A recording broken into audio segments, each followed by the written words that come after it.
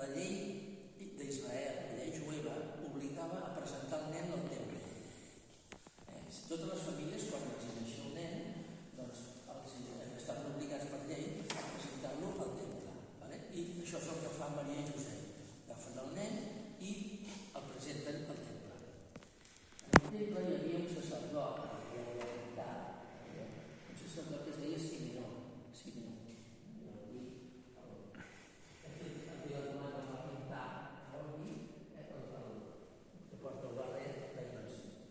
Quan Maria li presenta el nen al sacerdot Simeó, el sacerdot, això està a l'Evangeli, això sí que no és apòcrif, està a l'Evangeli. Li diu, a tu Maria, entre moltes altres coses, a tu Maria, espases de dolor et travessaran el cor.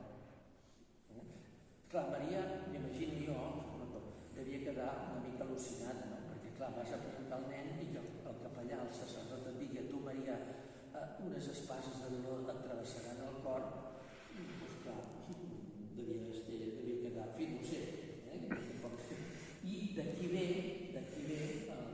això surt a l'Evangeli, d'aquí ve els dolors de la Mare de Déu dels dolors, és a dir, d'aquí. A tu, Maria, unes espases et travessaran el cor. I tot això feia referència a tots els dolors que patiria la Mare de Déu durant la seva vida. I llavors aquí ve el primer dolor i després el tenim d'altre. Per exemple, quan Jesús es feia al temple, per exemple, un altre dolor, quan està buscant el nen durant uns quants dies i on està el nen que es perd, Jesús es va perdre i finalment el van trobar en el temple i estaven allà tan tranquil, doncs, parlant amb els mestres de la llei de l'època, els sacerdots del temple, i a sobre com una roca. Diu, per què has desaparegut? Perquè no sé, això està a l'Evangeli. I per què has marxat? Diu, no ho sabeu que jo m'he de preocupar de les coses del meu pare? És a dir, això és el que Jesús els respon a Maria i Josep, perquè estaven molt preocupats perquè s'havien perdut.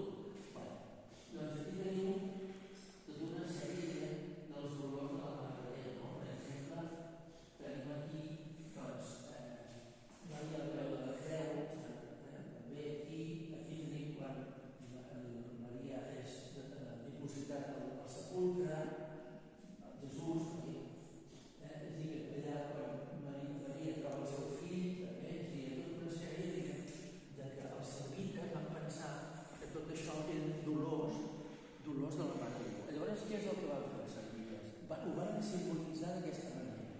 Un cor amb 7 espases, les espases de dolor. Per això porta la Mare dels Dolors un cor amb 7 espases. Jo us he de dir una cosa, la Mare dels Dolors porta una 7 espases, però vosaltres heu sentit que hi ha la Mare de la Soledat, no? Heu sentit que hi ha la Mare de les Soledats. Aquesta Mare de Déu, en teoria, ha de portar només una espasa, no 7, una, que és l'últim dolor de Maria, és la soledat de Maria. És a dir, quan Jesús el posa en el sepulcre, Maria queda sola esperant la resurrecció. Aquest és l'últim dolor de tots, l'últim. Amb la qual cosa, la soledat de Maria doncs, és l'últim dolor. Per tant, normalment la Mare de la Soledat ha de portar un cor amb una espasa sola. Si com la Mare de Dolors porta 7, la Mare de la Soledat ha de portar una. Bé, després tenim aquí, doncs, al centre, tenim aquí, doncs, Jesús. Mireu, això és com un teatret. Ara no ho faré, però és com un teatre. Ara us explico. Resulta que en aquella època del barroc, mireu, aquí, per exemple,